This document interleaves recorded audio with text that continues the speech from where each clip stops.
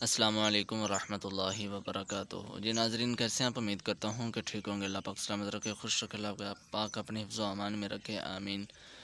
جی ناظرین، ہادی اسلام T V 371 channel کی طرف سے آپ کو خوش آمدید کہتے ہیں۔ اپنے ناظرین کو آج ہر قسم کی چیز کے شر سے پناہ مانگنے کی دعا بتائیں گے۔ تو ناظرین شروع کرتے ہیں۔ اعوذ باللہ من الشیطان الرجیم، بسم اللہ الرحمن الرحیم۔ ہر قسم کی چیز کے شر سے پناہ مانگنے کی دعا۔ بسم اللہ الذی لا یضر مع اسمہ شیء فی الارض ولا فی السماء وہو السمیع العلیم۔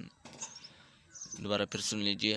بسم اللہ الذی لا یضر مع اسمہ شیء فی الارض ولا فی السماء وہو السمیع العلیم۔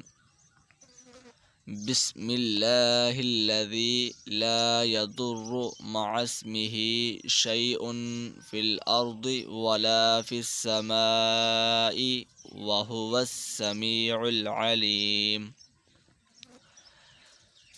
اس اللہ کے نام سے کہ جس کے نام سے زمین و آسمان کی کوئی چیز نقصان نہیں پہنچاتی، اور وہی ذات سننے والی اور جاننے والی ہے۔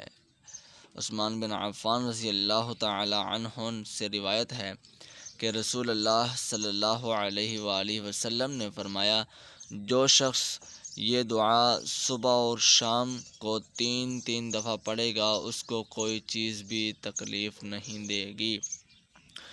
کوئی بھی، چاہے وہ انسان کا شر ہی کیوں نہ ہو، چاہے وہ کسی جانور کا ہی شر کیوں نہ ہو، کسی بھی چیز کا کوئی بھی شر ہو، اس دعا کے پڑھنے سے انسان جو ہے وہ محفوظ رہتا ہے۔